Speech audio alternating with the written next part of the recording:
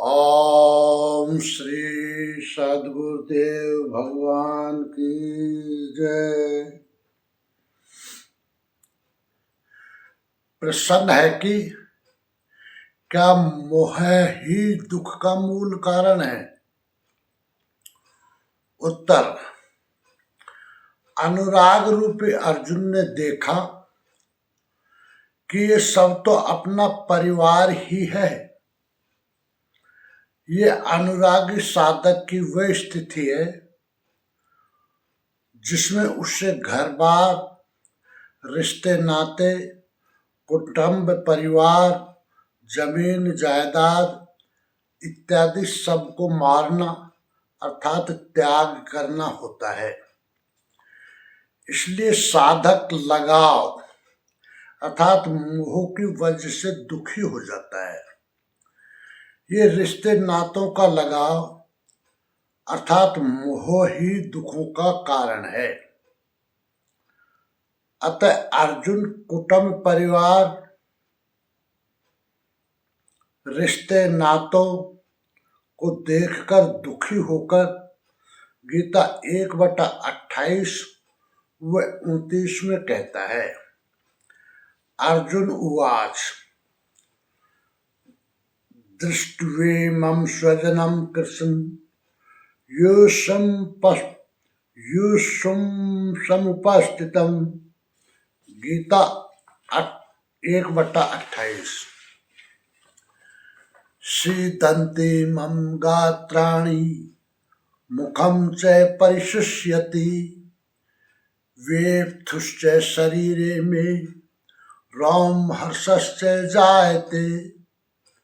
गीता 1/29। हे कृष्ण, युद्ध की इच्छा वाले खड़े हुए इस स्वजन समुदाय को देखकर मेरे अंग शिथिल हुए जाते हैं, मुख सूखा जाता है और मेरे शरीर में कंप तथा रोमांच हो रहा है। इतना ही नहीं, गीता 1/30 में अर्जुन कहता है गांडीवं सृंसते हस्तात् त्वक् चैव परिदह्यते न च शक्नोम्येव स्थातुं भ्रमतीव च मे मन। गीता 1/30। हाथ से गांडीव गिरता है, त्वचा भी जल रही है। अर्जुन को ज्वर सा हो आया, संतप्त हो उठा कि ये कैसा युद्ध है जिसमें स्वजन ही खड़े हैं। अर्जुन को भ्रम हो गया। वह कहता है अब मैं खड़ा रह पाने में भी अपने को असमर्थ पा रहा हूं। अब आगे देखने की सामर्थ्य नहीं है। गीता 1/31 में अर्जुन कहता है निमित्तानि च पश्यामि विपरीतानि केशव न च श्रेयोनुपश्यामि हत्वा स्वजन्माहवे। गीता 1/31। हे केशव, इस युद्ध का लक्षण भी विपरीत ही देखता हूं।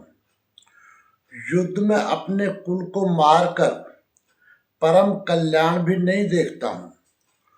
कुल को मारने अर्थात त्यागने से कल्याण कैसे होगा? आगे गीता 1/32 में अर्जुन कहता है न कांक्षे विजयम कृष्ण न च राज्यम सुखानि च किम नो राज्येन गोविंद किम भोगैर्जीवितेन वा। गीता 1/32। संपूर्ण परिवार युद्ध के मुहाने पर है। इन्हें युद्ध में मारकर विजय से मिलने वाला राज्य और राज्य से मिलने वाला सुख अर्जुन को नहीं चाहिए। वह कहता है कृष्ण, मैं विजय नहीं चाहता, राज्य तथा सुख भी नहीं चाहता। गोविंद, हमें राज्य या भोग अथवा जीवन से भी क्या प्रयोजन है।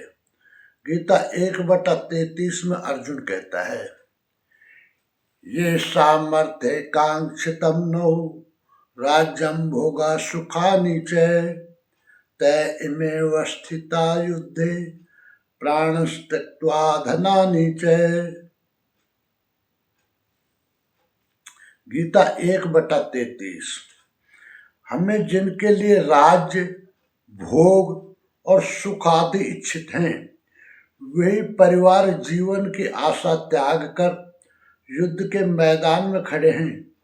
हमें राज्य इच्छित था तो परिवार को लेकर, भोग, सुख और धन की पिपासा थी तो स्वजन और परिवार के साथ उन्हें भोगने की थी।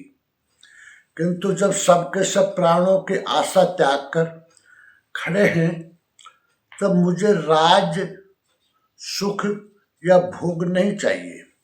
ये सब इन्हीं के लिए प्रिय थे। इनसे अलग होने पर हमें इनकी आवश्यकता नहीं है। जब तक परिवार रहेगा तभी तक ये वासनाएं भी रहती हैं। झोंपड़ी में रहने वाला भी अपने परिवार, मित्र और स्वजन को मारकर विश्व का साम्राज्य स्वीकार नहीं करेगा। अर्जुन भी यही कहता है कि हमें भोग प्रिय थे, विजय प्रिय थी, किंतु जिनके लिए थी, जब वही नहीं रहेंगे तो भोगों से क्या प्रयोजन। इस युद्ध में मारना किसे है। आगे गीता 1/34 में अर्जुन कहते हैं, आचार्या पितृ पुत्रास तथैव च पितामहा मातुला श्वशुरा पौत्रा शाला संबंधिनस्तथा। गीता 1/34। इस युद्ध में आचार्य, ताऊ, चाचे, लड़के और इसी प्रकार दादा, मामा, ससुर, पोते, साले तथा समस्त संबंधी हैं। आगे गीता 1/35 में अर्जुन कहता है, एतान् हन्तुम् इच्छामि गन्तोऽपि मधुसूदन अपि त्रिलोके राजस्य हेतो किम नु मयि कृते। गीता 1/35। हे मधुसूदन, मुझे मारने पर भी अथवा तीनों लोकों के राज्य के लिए भी मैं इन सबको मारना नहीं चाहता। फिर पृथ्वी के लिए कहना ही क्या है। 18 अक्षौणी सेना में अर्जुन को अपना परिवार ही दिखाई पड़ा। इतने अधिक स्वजन वास्तव में क्या हैं। वस्तुतः अनुराग ही अर्जुन है। भजन के आरंभ में प्रत्येक अनुरागी के समक्ष यही समस्या रहती है। सभी चाहते हैं कि वे भजन करें, उस परम सत्य को पाल लें, किंतु किसी अनुभवी सदगुरु के संरक्षण में कोई अनुरागी जब क्षेत्रज्ञ के संघर्ष को समझता है कि उससे किनसे लड़ना है, तो वह हताश हो जाता है। वह चाहता है कि उसके पिता का परिवार, ससुराल का परिवार, मामा का परिवार, सुहृद, मित्र और गुरुजन साथ रहें, सभी सुखी रहें और इन सब की व्यवस्था करते वो परमात्म स्वरूप की प्राप्ति भी कर ले। किंतु जब वो समझता है कि आराधना में अग्रसर होने के लिए परिवार छोड़ना होगा, इन संबंधों का मोह समाप्त करना होगा, तो वह अधीर हो उठता है। पूज्य महाराज जी कहा करते थे, मरना और साधु होना बराबर है। साधु के लिए सृष्टि में दूसरा कोई जीवित है भी, किंतु घर वालों के नाम पर कोई नहीं है। यदि कोई है तो लगाव है। मोह समाप्त कहाँ हुआ। जहाँ तक लगाव है उसका पूर्ण त्याग, उस लगाव के सह अस्तित्व मिटने पर ही उसकी विजय है। इन संबंधों का प्रसार ही तो जगत है, अन्यथा जगत में हमारा क्या है। तुलसीदास के चिद विलास जग बूझत बूझत बूझे। विनय पत्रिका 124। मन का प्रसार ही जगत है। योगेश्वर श्री कृष्ण ने भी मन के प्रसार को ही जगत कहकर संबोधित किया। जिसने इसके प्रभाव को रोक लिया उसने चराचर जगत ही जीत लिया। यह तैर तय सर्गो ये साम्य स्थितम मने।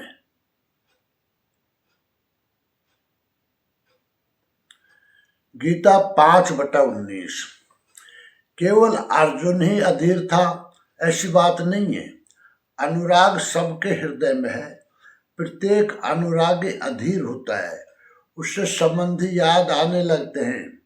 पहले वह सोचता था कि भजन से कुछ लाभ होगा तो ये सब सुखी होंगे, इनके साथ रहकर उसे भोगेंगे। जब ये साथ ही नहीं रहेंगे तो सुख लेकर क्या करेंगे। अर्जुन की दृष्टि राज्य सुख तक ही सीमित थी। वे त्रिलोकी के साम्राज्य को सुख की पराकाष्ठा समझता था। इसके आगे भी कोई सत्य है, इसकी जानकारी अर्जुन को अभी नहीं है। वो गीता 1/36 में कहता है, निहते धार्त राष्ट्रान का प्रीति सा जनार्दन पाप में वाश्रय दस्मान हत्वैताना तताइन। गीता 1/36। हे जनार्दन, धृतराष्ट्र के पुत्रों को मारकर भी हमें क्या प्रसन्नता होगी। जहाँ धृतराष्ट्र अर्थात धृष्टता का राष्ट्र है, उससे उत्पन्न मोहरूपी दुर्योधन इत्यादि को मारकर भी हमें क्या प्रसन्नता होगी। इन आतताइयों को मारकर हमें पाप ही तो लगेगा। जो जीवन यापन के तुच्छ लाभ के लिए अनीति अपनाता है वह आतताई कहलाता है। किंतु वस्तुतः इससे भी बड़ा आतताई वह है जो आत्मा के पथ में अवरोध उत्पन्न करता है। आत्मदर्शन में बाधक काम, क्रोध, लोभ, मोह आदि का समूह ही आतताई है। गीता 1/37 में कहता है, तस्मान्नर्हा वयं हन्तुं धार्तराष्ट्रान् स्वबान्धवान् स्वजनं हि कथं हत्वा सुखिनः श्याम माधवे। गीता 1/37। इससे हे माधव, अपने बांधव धृतराष्ट्र के पुत्रों को मारने के लिए हम योग्य नहीं हैं, क्योंकि अपने ही कुटुंब को मार अर्थात त्याग कर हम कैसे सुखी होंगे। स्व बांधव कैसे, वे तो शत्रु थे न। वस्तुतः शरीर के रिश्ते अज्ञान से उत्पन्न होते हैं। ये मामा है, ससुराल है, स्वजन समुदाय है, ये सब अज्ञान ही तो है। जब शरीर ही नश्वर है तब इसके रिश्ते ही कहाँ रहेंगे। मोह है तभी तक सुहृद है, हमारा परिवार है, हमारी दुनिया है। मोह नहीं तो कुछ भी नहीं। इसलिए वे शत्रु भी अर्जुन को स्वजन दिखाई पड़े। वो कहता है कि अपने कुटुंब को मारकर अर्थात त्याग कर हम कैसे सुखी होंगे। यदि अज्ञान और मोह न रहे तो कुटुंब का अस्तित्व न हो। ये अज्ञान ज्ञान का प्रेरक भी है। भर्तहरि, तुलसी इत्यादि अनेक महानुभावों को वैराग्य की प्रेरणा पत्नी से मिली, तो कोई सौतेली माँ के व्यवहार से खिन्न होकर वैराग्य पथ पर अग्रसर हुआ दिखाई देता है। आगे गीता 1/38 में कहता है, यद्येतेन पश्यन्ति लोभोपहत चेतसः कुल क्षय कृतं दोषम मित्रद्रोह च पातकम। गीता 1/38। यद्यपि लोभ से भ्रष्टचित हुए ये लोग कुलनाश के दोष और मित्रद्रोह के पाप को नहीं देखते हैं, ये उनकी कमी है। फिर भी गीता 1/39 में अर्जुन कहता है, कथम न ज्ञेयम् अस्माभिः पापादस्मान् निवर्तितुं कुल क्षय कृतं दोषम प्रपश्यद्भिर्जनार्दन। गीता 1/39। हे जनार्दन, कुल नाश से होने वाले दोषों को जानने वाले हम लोगों को इस पाप से हटने के लिए क्यों नहीं विचार करना चाहिए। मैं ही पाप करता हूं ऐसी बात नहीं, आप भी भूल करने जा रहे हैं। श्री कृष्ण पर भी आरोप लगाया। अभी वे समझ में अपने को श्री कृष्ण से कम नहीं मानता। प्रत्येक नया साधक सदगुरु की शरण जाने पर इसी प्रकार तर्क करता है और अपने को जानकारी में कम नहीं समझता। यही अर्जुन भी कहता है कि ये भले न समझें, किंतु हम आप तो समझदार हैं। कुल नाश के दोषों पर हमें विचार करना चाहिए। निष्कर्ष यह है कि सांसारिक रिश्ते नाते आदि का लगाव अर्थात मोह इतना प्रबल है कि अनुराग रूपी अर्जुन क्षत्रिय श्रेणी का साधक होते हुए भी इन रिश्ते नातों के मोह में पड़कर युद्ध अर्थात भजन का त्याग कर रिश्ते नातों को ही निभाना चाहता है। इन रिश्ते नातों के मोह ने अर्जुन को जन्म मरण रूपी दुख से छुटकारा दिलाने वाले भजन अर्थात युद्ध को छोड़कर वापस संसारी कर्मों में ही फंसाकर जन्म मरण रूपी भयंकर दुखों के लिए तैयार कर दिया। अर्थात हमारे अंतःकरण में भी सजातीय अर्थात सद्गुण और विजातीय अर्थात दुर्गुण रूपी वृत्तियां ही हमारे कुटुंब, परिवार, रिश्तेदार, नातेदार, सुहृद, मित्र इत्यादि संगदोष रूपी वृत्तियां बने हुए हैं। यही हमारे दुखों का मूल कारण है। इन संगदोष रूपी वृत्तियों को त्यागने अर्थात मारने पर ही हम दुखों से मुक्त होंगे। अर्थात इसमें कुटुंब, परिवार, रिश्ते नाते, सुहृदों, मित्रों इत्यादि के शरीरों को मारना नहीं है, बल्कि हमें हमारे हृदय अर्थात अंतःकरण की इन वृत्तियों को जो हमें बार बार सांसारिक दुखों तथा जन्म मरण का कारण है उन्हें त्यागना अर्थात मारना है। प्रश्न पूरा हुआ। संपूर्ण जानकारी के लिए देखें परम पूज्य योगेश्वर स्वामी श्री अर्गड़ानंद जी महाराज की व्याख्या यथार्थ गीता। ओम श्री सद्गुरुदेव भगवान की जय।